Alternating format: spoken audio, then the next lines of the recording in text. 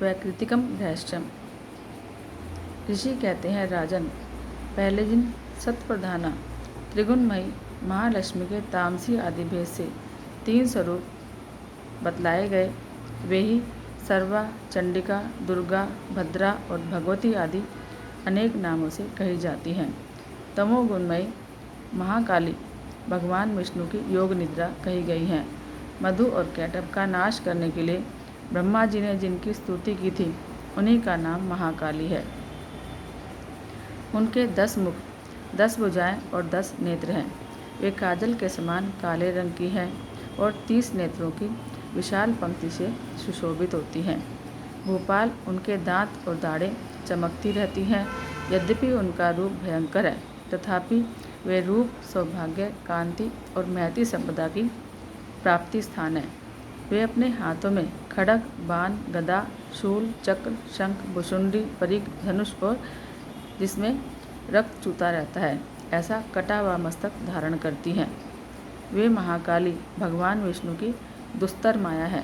आराधना करने पर वे चराचर जगत को अपने उपासक के अधीन कर देती हैं। संपूर्ण देवताओं के अंगों से जिनका प्रादुर्भाव हुआ था, वे अनंत कांति से युक्त साक्षात महालक्ष्मी हैं। उन्हें ही त्रिगुणमयी प्रकृति कहते हैं तथा वे ही महिषासुर का मर्दन करने वाली हैं। उनका मुख गौरा, भुजाएं श्याम, स्तन मंडल अत्यंत श्वेत, कटी भाग और चरण लाल और जंघा और पिंडली नीले रंग की है। अजय होने का उनको अपने शीर्ष का अभिमान है, शौर्य का अभिमान है। कटी के आगे का भाग बहुरंगे वस्त्र से आच्छादित होने के कारण अत्यंत सुंदर और विचित्र दिखाई देता है। उनकी माला, वस्त्र, आभूषण और अंगराग सब विचित्र हैं। वे कांति, रूप और सौभाग्य से सुशोभित हैं। यद्यपि उनकी हजारों भुजाएं हैं, तथापि उन्हें 18 भुजाओं से युक्त मानकर उनकी पूजा करनी चाहिए। अब उनके दाहिने ओर के निचले हाथों से लेकर बाईं ओर के निचले हाथों तक में क्रमशः जो अस्त्र हैं उसका वर्णन किया गया है। अक्षमाला, कमल, बाण, खड्ग, वज्र, गदा, चक्र, त्रिशूल, परशु, शंख, घंटा, पाश, शक्ति, दंड और ढाल, धनुष, पानपात्र और कमंडलों, इन आयुधों से इनकी भुजाएं विभूषित हैं। वे कमल के आसन पर विराजमान हैं, सर्वदेवमयी हैं तथा सबकी ईश्वरी हैं। राजन, जो इन महालक्ष्मी देवी का पूजन करता है वह सब लोकों और देवताओं का भी स्वामी होता है। जो एकमात्र सत्वगुण के आश्रित हो पार्वती जी के शिर से प्रकट हुई थी और जिन्होंने शुंभ नामक दैत्य का संहार किया था, वे साक्षात सरस्वती कही गई हैं। पृथ्वीपते उनमें 8 भुजाएं हैं और वे अपने हाथों में क्रमशः बाण, मूसल, शूल, चक्र, शंख, घंटा, हल और धनुष धारण करती हैं। सरस्वती देवी जो निशुंभ का मर्दन और शुंभ असुर का संहार करने वाली है, भक्तिपूर्वक पूजित होने पर सर्वज्ञता प्रदान करती है। राजन, इस प्रकार तुमसे महाकाली आदि तीनों मूर्तियों के स्वरूप बतलाए गए। अब जगन माता महालक्ष्मी की और इन महाकाली आदि तीनों मूर्तियों को अलग अलग उपासना तुम सुनो। जब महालक्ष्मी की पूजा करनी हो तब उन्हें मध्य में स्थापित करके उनके दक्षिण और वाम भाग में क्रमशः महाकाली और महासरस्वती का पूजन करना चाहिए और पृष्ठ भाग में तीनों युगल देवताओं की पूजा करनी चाहिए। महालक्ष्मी के ठीक पीछे मध्य भाग में सरस्वती के साथ ब्रह्मा का पूजन करें। उनके दक्षिण भाग में गौरी के साथ रुद्र की पूजा करें और वाम भाग में लक्ष्मी सहित भगवान विष्णु का पूजन करें। महालक्ष्मी आदि तीनों देवियों के सामने निम्नांकित 3 देवियों की भी पूजा करनी चाहिए। मध्यस्थ महालक्ष्मी के आगे मध्य भाग में 18 भुजाओं वाली महालक्ष्मी का पूजन करें।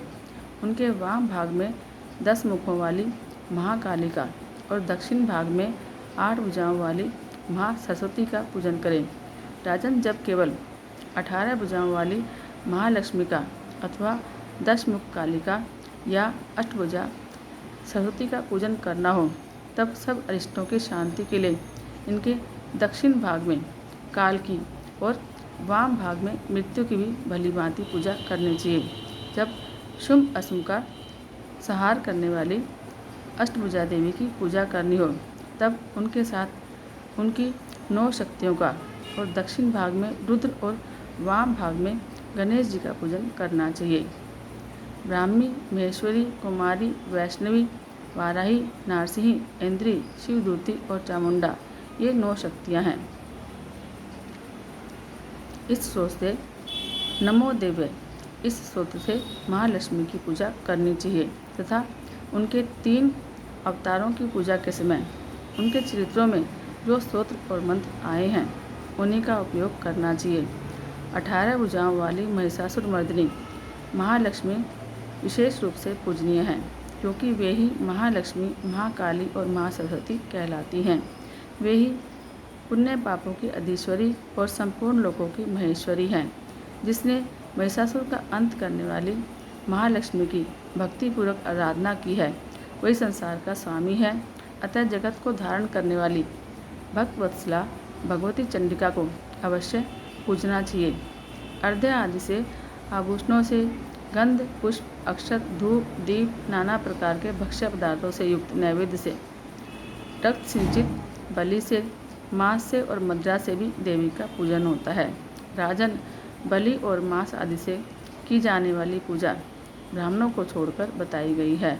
उसके लिए मांस और मदिरा से कहीं भी पूजा का विधान नहीं है। प्रणाम, आचमन के योग्य जल, सुगंधित चंदन, कपूर और तांबुल आदि सामग्रियों को भक्ति भाव से निवेदन करके देवी की पूजा करनी चाहिए।